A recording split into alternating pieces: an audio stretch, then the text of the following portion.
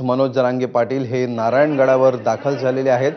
त्या ठिकाणी त्यांनी साष्टांग दंडवत घालत तिथे दर्शन देखील घेतलं आणि त्यानंतर आता उपस्थितांकडून मनोज जरांगेंचं स्वागत करण्यात येत आहे। शाल घालून त्यांचा सत्कार करण्यात येत आहे।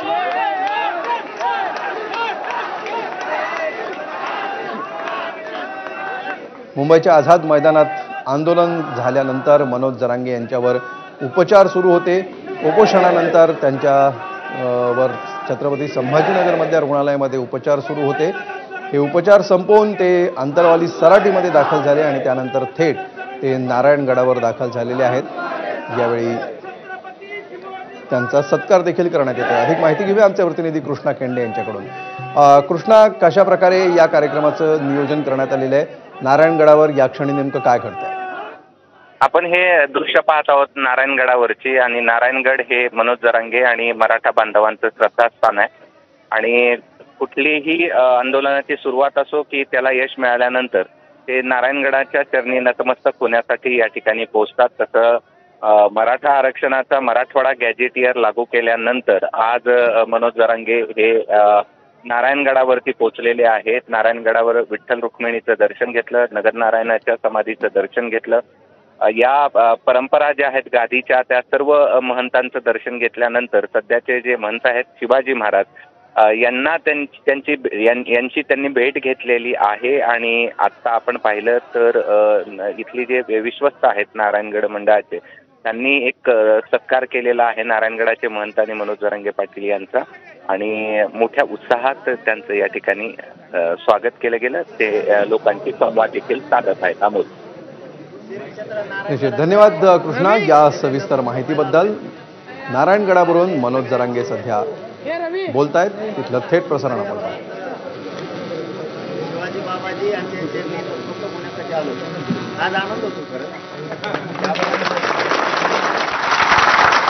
गरीबाचे लेकरं मुंबईला गेलो आणि जे कधी मिळणार नव्हतं ते मराठवाड्याच्या हक्काचं गॅजेटियर आणि त्याचा GR निघाला।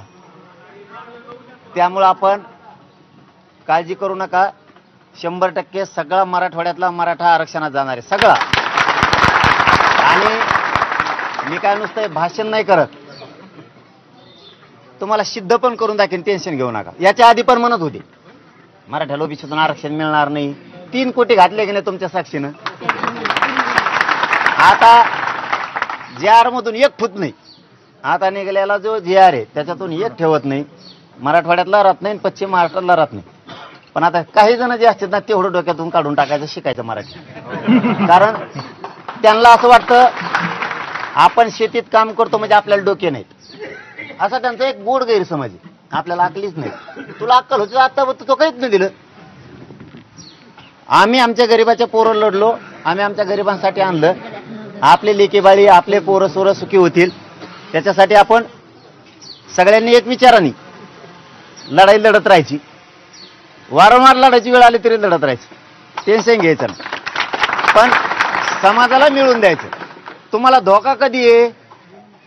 मी फुटलो रे थांबे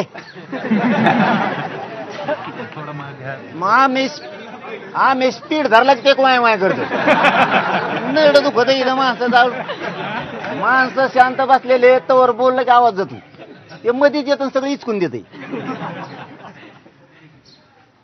आपण काही केलं, किती टोकाचं लढलो, आपण रक्त जाळलं, सगळा समाज एकत्र आला, म्हाताऱ्या माणसापासून आले, लेकरं बाळ बी आले, आपण ते वायाला नाही जाऊन दिलं। एवढं डोक्यात ठेवा फक्त। तुम्हाला धोका कधी आहे? मी फुटल्यावर। मग तुम्ही शंका घ्या। आपल्याला फसवलं तरी फसवणारं सरकार आहे, आपण आपल्याला नाही फसवत एकमेकाला। मला वाटलं असतं तर मागच कुटुंब मोठं केलं असतं। मग माझं समाज मोठा करायचा, त्यासाठी झुंज सुरू आहे। आणि आपला रेकॉर्ड खरा होता तेलंगणा राज्यात, आपण राहायला महाराष्ट्रात, नोंदच नव्हती आपली। आता हैदराबाद गॅजेटियरची रेकॉर्ड झालाय, शासनाने GR काढलाय। 100% त्यांना सगळे घ्यावं लागते, नाही घेतलं की महाराष्ट्रात बंद करून टाकू, फिरूनच देत नाही. आता बसा बसा, थांबा जरा. तर आपण काम करताना पुन्हा लढायची वेळ आली तरी आपण हटणार नाही. कधी माणसाची हार होती या पवित्र गडावर सांगतो. समाजाचा स्वाभिमानाचा जर विचार नाही केला आणि आपल्या स्वतःच्या स्वार्थाचा विचार केला की समाज खचतो. तुमचा स्वाभिमान कमी होऊन देत नाही, तुमची प्रतिष्ठा कमी होऊन देत नाही, आणि ऊर्जा जितकी देता येईल समाजाला, जितका अपमान करतील तितका ताकदीनं मी लढतो. म्हणजे समाजाची किती प्रतिष्ठा वाढल याला लय किंमत आहे. तुमच्याकडे करोडोने प्रॉपर्टी पण चौकशी दिली, काही उपयोग नाही त्या पैशाचा, काही उपयोग नाही त्या पैशाचा. तिथं तुम्ही जीवाला खाणार. मला चौकशी दिली, मला चौकशी दिली, इतका इज्जतदार माझा समाज आहे, त्याची मी खाली मानवून देत नाही, हे समजून घ्या तुम्ही सगळेजण. एखादी गोष्ट 4 महिने लेट मिळेल, 2 महिने लेट मिळेल, 8 दिवस लेट मिळेल, पण स्वाभिमान जे असतो ना तो कधीच घाण ठेवायचा नाही, समाजाचा पण आपला पण.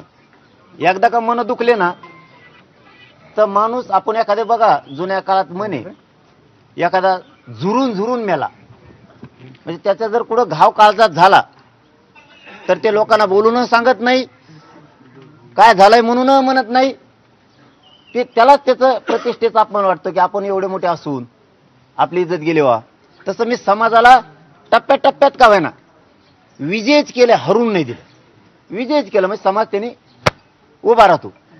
थोडं थोडं का द्यायना पण दिलं ना, काय म्हणते सरसकट नाही. आता सरसकट दिलं नाही, थोडं दिलं नाही, आम्ही थोडं व्हायना दिलं, तू उलशी द्यायना. तू कवा मीडियावरच दिसतो नुसतं, पुस्तक एवढा लिह की काय सांग